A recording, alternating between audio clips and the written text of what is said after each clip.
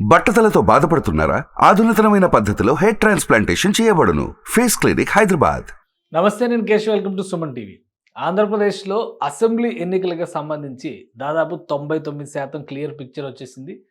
175 assembly నియోజకవర్గాలకు సంబంధించి వైఎస్ఆర్సీపీ అభ్యర్థులను ప్రకటించేసింది. ఇప్పుడు కూటమి వైపు నుంచి చూస్తే కనుక ఓవరాల్గా 172 అసెంబ్లీ నియోజకవర్గాల పైన స్పష్టత వచ్చేసింది. తెలుగుదేశం పార్టీ 144 నియోజకవర్గాలకి అభ్యర్థులను ప్రకటించింది. అలానే భారతీయ జనతా పార్టీ 10 నియోజకవర్గాలకి అభ్యర్థులను ప్రకటించింది. జనసేన పార్టీ మొత్తం 21 నియోజకవర్గాల్లో 18 స్థానాలకి అభ్యర్థులను ప్రకటించేసింది. ఫైనల్ లిస్ట్ని తెలుగుదేశం పార్టీ అనౌన్స్ చేసింది. ఈ ఫైనల్ లిస్ట్లో ఉన్నటువంటి అభ్యర్థులు ఎవరు, వాళ్ళకి ప్రత్యర్థులుగా ఎవరు నిలబడబోతున్నారు, ఎవరిని ఆల్రెడీ వైఎస్ఆర్సీపీ ప్రకటించింది, ఈ అంశాలను విశ్లేషించేటువంటి ప్రయత్నం చేద్దాం. ఆంధ్రప్రదేశ్లో జరిగేటువంటి సార్వత్రిక ఎన్నికలకు సంబంధించి పెండింగ్ లిస్టులో 8 అసెంబ్లీ స్థానాలకి అధికారంలో ఉన్నటువంటి వైఎస్ఆర్సీపీ ప్రత్యర్థులు డిసైడ్ చేసినా కానీ విపక్షంలో ఉన్నటువంటి ప్రతిపక్షంలో ఉన్నటువంటి తెలుగుదేశం పార్టీ ఇంకా అభ్యర్థులు డిసైడ్ చేయనటువంటి పరిస్థితి ఉంది. దానికి ఒక క్లారిటీ ఇచ్చేసింది. ఆ 8 నియోజకవర్గాలకు కూడా సీనియర్ నాయకులు ఎవరైతే అసంతృప్తితో ఉన్నారో, టికెట్ దక్కలేదని, అలానే బలంగా తమకు ఆ టికెటే కావాలని కోరుతున్నారో వాళ్ళందరికీ కూడా దాదాపు న్యాయం చేసింది. 1-2 నియోజకవర్గాల్లో మినహా మిగతా అన్ని చోట్ల అభ్యర్థులను ప్రకటించేసినటువంటి అంటే సీట్లు కోరుకున్న వాళ్ళకే సీట్లు కేటాయించినటువంటి పరిస్థితి. అందులో ముందుగా చీపురుపల్లి నియోజకవర్గం కళా వెంకట్రావు ఇక్కడ ఆల్రెడీ ఎచ్చెర్ల నియోజకవర్గాన్ని ఆశించి ఆయన భంగపడినటువంటి పరిస్థితి ఉంది. సో ఆయనకి చీపురుపల్లి నియోజకవర్గాన్ని డిసైడ్ చేసింది. ఇక పాడేరు ఎస్టీ సీటుకు సంబంధించి గిడ్డి ఈశ్వరి తీవ్ర ప్రయత్నాలు చేసినప్పటికీ కూడా ఫైనల్గా వెంకట రమేష్ నాయుడికి ఈ సీటు కేటాయించింది తెలుగుదేశం అధిష్టానం. ఇక గంటా శ్రీనివాసరావు మొదటి నుంచి కూడా భీమిలి నుంచి పోటీ చేయాలని ఆసక్తి చూపించారు. అయితే ఆయనని చీపురుపల్లి పంపించాలనేటువంటి ప్రతిపాదన ఒకటి జరిగింది. ఫైనల్గా గంటా కోరికను మన్నించి భీమిలి నుంచి ఆయనకు పోటీ చేసేటువంటి అవకాశం కల్పించింది. ఇక గొట్టిపాటి ఫ్యామిలీ బలంగా ఉన్నటువంటి డాక్టర్ గొట్టిపాటి లక్ష్మి దర్శి నియోజకవర్గం నుంచి పోటీ చేయబోతున్నారు. ఈసారి ఆ కుటుంబానికి టికెట్ కేటాయించినటువంటి పరిస్థితి. ఇక రాజంపేట సీటుకు సంబంధించి వాస్తవానికి రాజులకి, క్షత్రియులకి టికెట్ కేటాయిస్తారనుకున్నారు. అనూహ్యంగా సుబ్రహ్మణ్యంకి టికెట్ దక్కింది. ఇక ఆలూరు నియోజకవర్గానికి సంబంధించి వీరభద్ర గౌడ్కి టికెట్ కేటాయించింది. బీసీ సామాజిక వర్గాలకు ఇక్కడ న్యాయం చేసేటువంటి ప్రయత్నం. ఇక గుంతకల్ సీటు గుమ్మనూరు జయరాం ప్రస్తుతం మంత్రివర్గంలో ఉన్నటువంటి వ్యక్తి అక్కడ రాజీనామా చేసి తెలుగుదేశం పార్టీలోకి వచ్చినటువంటి నేపథ్యంలో ఈ సీటు ఆయనకే కేటాయించింది. ఇక అనంతపురం అర్బన్ విషయంలో ఒక పెద్ద ట్విస్ట్ ఇచ్చింది.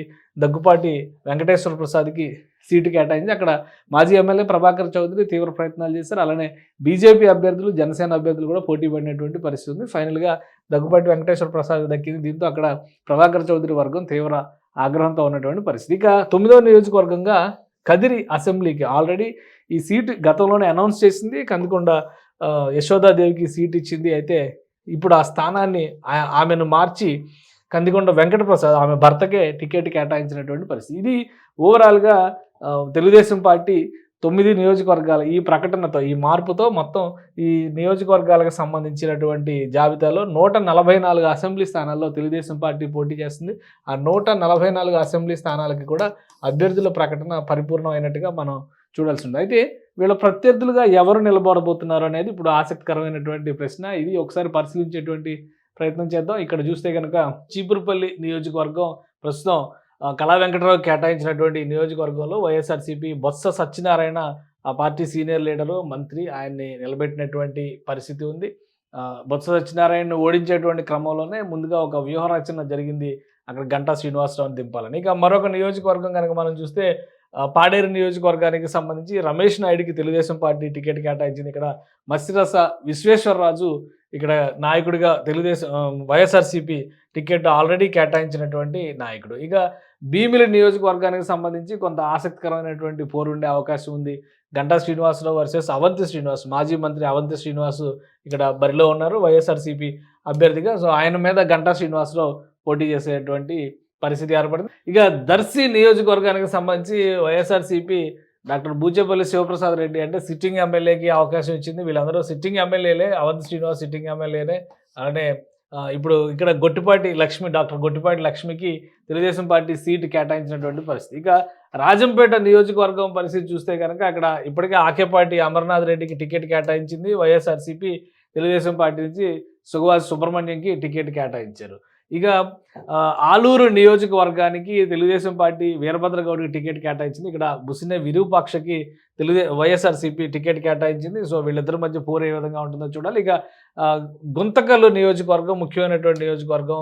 ఆలూరులో ఎమ్మెల్యేగా గెలుపొంది వైఎస్ఆర్సీపీ నుంచి మంత్రి అయినటువంటి గుమ్మనూరు జయరాం గుంతకల్లో కంటెస్ట్ చేస్తున్నారు. ఆయనకి ప్రత్యర్థిగా ఎల్లారెడ్డి గారి వెంకటరామరెడ్డి ఇక్కడ బరిలో ఉన్నారు వైఎస్ఆర్సీపీ తరఫున.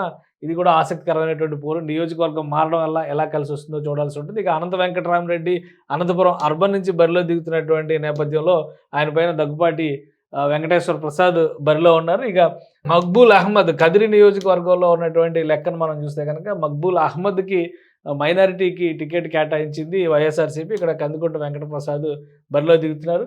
సో ఇది ఇక్కడ ఉన్నటువంటి ప్రత్యర్థులు, అలానే అధికార పార్టీ నుంచి పోటీ చేస్తున్నటువంటి అభ్యర్థులు, విపక్ష కూటమి నుంచి పోటీ చేస్తున్నటువంటి అభ్యర్థులు. ఈ లెక్కని బట్టి చూస్తే కనుక ఇక్కడ తెలుగుదేశం పార్టీ అసంతృప్తితో ఉన్నటువంటి నియోజకవర్గాలు ప్రధానంగా 2-3 నియోజకవర్గాల్లో దీనిపైన అసంతృప్తి, అసహనం రేగుతున్నటువంటి పరిస్థితి ఉంది. వాటిలో రాజంపేట ఒకటి, అలానే అనంతపురం అర్బన్ ఒకటి ప్రధానంగా కనిపిస్తున్నటువంటి నియోజకవర్గాలు. మిగతా చోట్ల అంతంత మాత్రంగా ఉన్నప్పటికీ ఈ 2 చోట్ల మాత్రం కొంచెం పెద్ద ఎత్తున నిరసనలు వ్యక్తం అవుతున్నటువంటి పరిస్థితి ఉంది. సో దీన్ని ఏ విధంగా చల్లబరుస్తారు? ఇది ఫైనల్ లిస్ట్.